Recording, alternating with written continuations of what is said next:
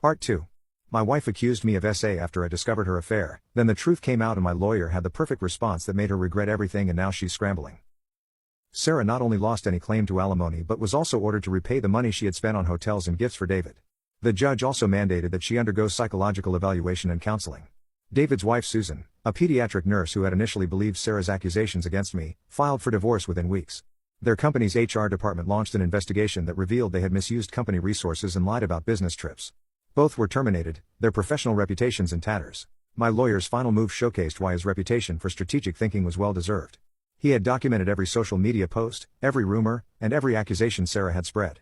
Rather than pursue lengthy defamation lawsuits, he presented her with a choice: either face multiple civil suits that would drag on for years and cost her everything, or post comprehensive public apologies on every platform where she had maligned me. The apologies had to follow a specific format, acknowledging not just the affair but detailing how she had deliberately fabricated accusations and manipulated friends and family. She had to admit to her search history showing premeditation, her collaboration with David to create false alibis, and her attempts to corrupt the legal system with false police reports. Most importantly, she had to absolve me completely of any wrongdoing and acknowledge the harm she had caused to real victims of abuse by making false allegations. It's been 6 months since everything happened. The divorce is finalized, and I'm slowly rebuilding my life. Some friends who initially doubted me have apologized, though those relationships will never be the same. My students' parents organized a support rally when I returned to teaching, which meant more to me than they'll ever know. Sarah occasionally tries to contact me through mutual friends, claiming she's changed and realizes what she lost. But as my lawyer James says, the best revenge is living well. I'm focusing on healing and moving forward. I've started therapy to deal with the trauma of facing false accusations, and I'm even thinking about writing a book to help other innocent people who find themselves in similar situations. This harrowing experience taught me several valuable lessons about human nature and resilience. I learned that sometimes the person you trust most in the world can become a stranger overnight, but also that unexpected allies can emerge from the darkness to stand for truth. I discovered that my own strength went far deeper than I ever imagined. Even on days when getting out of bed felt impossible, something inside pushed me to keep fighting. The experience also taught me about the complexity of truth and lies in our modern world. Social media can amplify false narratives at lightning speed, but it can also preserve the digital breadcrumbs that lead to the truth. I learned the importance of having not just good character witnesses, but also hard evidence, dates, times, locations, and documentation that can stand up to scrutiny. First, trust your instincts. If something feels wrong, it probably is. Second, document everything. You never know when you'll need proof. Third, get the best legal representation you can afford immediately. And finally, don't let someone else's betrayal destroy your faith in humanity. There are still good people out there who will stand by the truth. Update: 1 year later, the transformation in my life has been remarkable.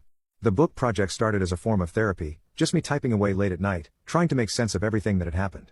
But when I shared some chapters with my support group, they encouraged me to expand it into a full resource for others facing false allegations.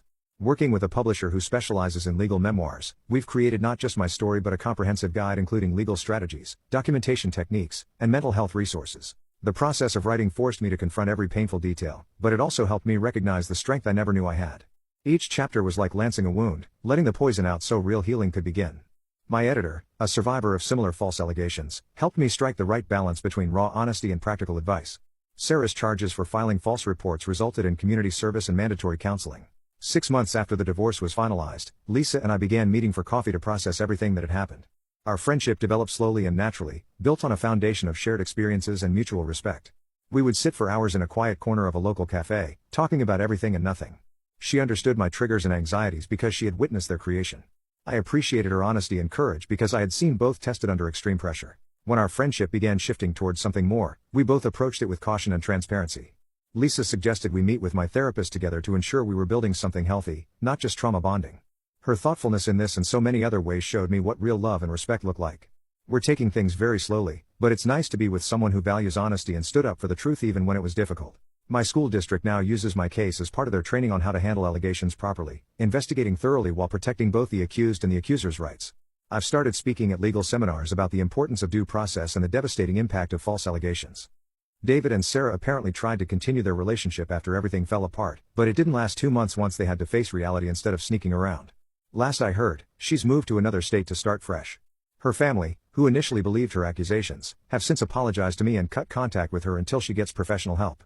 The support group I joined for survivors of false allegations has become like a second family. We're working on creating a non-profit organization to provide legal resources and emotional support to others in similar situations. James, my lawyer, has agreed to be on the advisory board.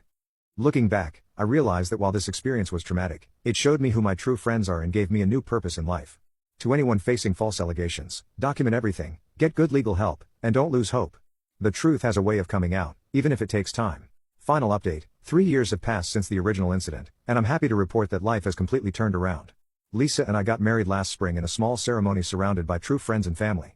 My book became a bestseller and has helped countless others navigate similar situations. Starting with monthly support group meetings in a borrowed church basement, Truth Prevails grew steadily over 2 years to become a nationally recognized advocacy organization. In our first year, we helped 20 people fight false allegations. By year 2, we had established a network of pro bono lawyers across 3 states and helped over 50 people clear their names. Our mission is threefold: providing legal assistance to those facing false allegations, offering emotional support through certified counselors, and working with lawmakers to create better protections for both the falsely accused and genuine victims.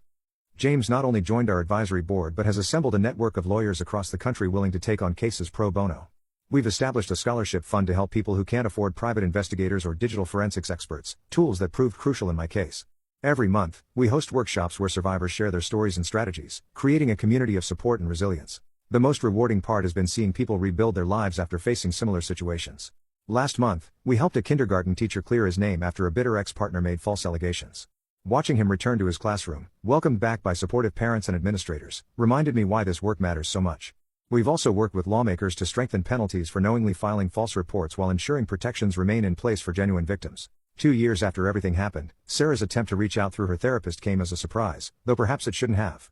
The therapist, Dr. Martinez, contacted me professionally, explaining that Sarah had been diagnosed with several underlying mental health conditions and was doing intensive work on herself. She genuinely believed Sarah had made progress and that a supervised reconciliation conversation might be healing for both of us.